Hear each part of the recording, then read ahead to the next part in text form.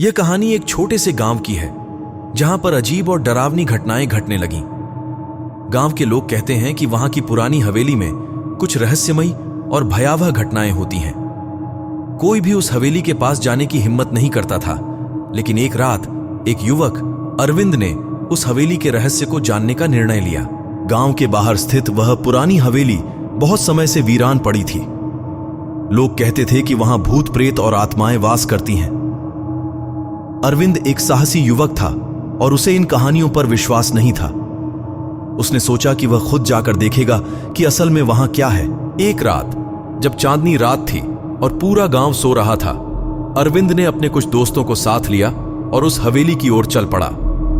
हवेली के पास पहुंचते ही उन्हें एक अजीब सी ठंड महसूस होने लगी।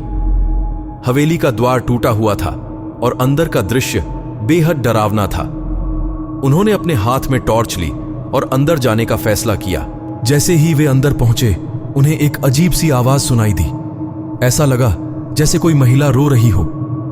अरविंद और उसके दोस्त डर गए, लेकिन उन्होंने अपने साहस को बनाए रखा और आगे बढ़े। कमरे में प्रवेश करते ही उन्होंने देखा कि एक पुराना झूला हिल रहा था, जबकि हवा बिल्कुल शांत थी। वे आगे बढ़ते गए और हवेली के भीतर की आवाजें और भी डरावनी होती गईं। कभी किसी के कदमों की आवाज आती तो कभी दरवाजों के बंद होने की। अरविंद और उसके दोस्तों का डर बढ़ता जा रहा था, लेकिन वे अभी भी अपनी जिज्ञासा के कारण आगे बढ़ रहे थे। अचानक उन्हें एक कमरे से कुछ खुरदरी आवाजें सुनाई दीं। उस कमरे में प्रवेश करते ही उन्होंने देखा कि दीवारों पर खून के निशान थे और फर्श पर पुराने समय की तस्वीरें पड़ी थीं।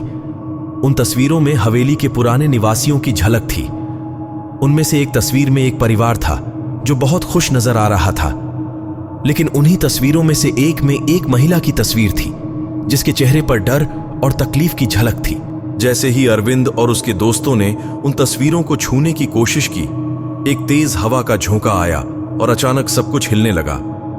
कमरे की सभी लाइटें बंद हो गईं और जब वे टॉर्च की रोशनी में देखने की कोशिश कर रहे थे तो उन्होंने देखा कि एक सफेद साड़ी पहने हुए महिला उनके सामने खड़ी थी।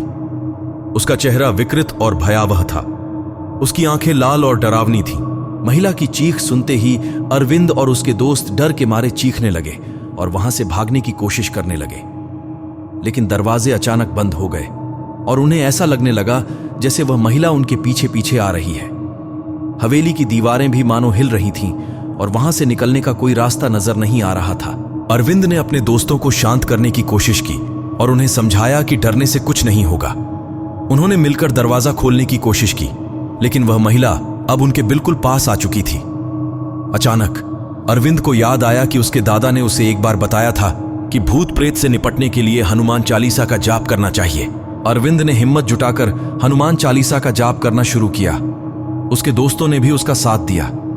जैसे जैसे वे हनुमान चालीसा का जाप करते गए, वह महिला पीछे हटने लगी और धीरे धीरे गायब हो गई।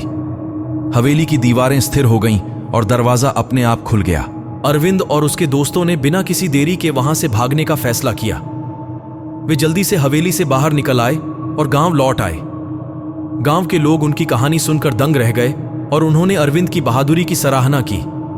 उस रात के बाद हवेली में कभी कोई अजीब घटना नहीं घटी और गांव के लोग सुरक्षित और खुशहाल जीवन जीने लगे। यह कहानी हमें यह सिखाती है कि साहस और धैर्य से किसी भी समस्या का समाधान किया जा सकता है। मेहंदीपुर बालाजी के समान इस घटना ने भी यह साबित किया कि सच्ची भक्ति और विश्वास से किसी भी भयावह और रहस्यमयी समस्या का हल पाया जा सकता है। अरविंद की इस कहानी ने गांव के लोगों को एक नया विश्वास और साहस दिया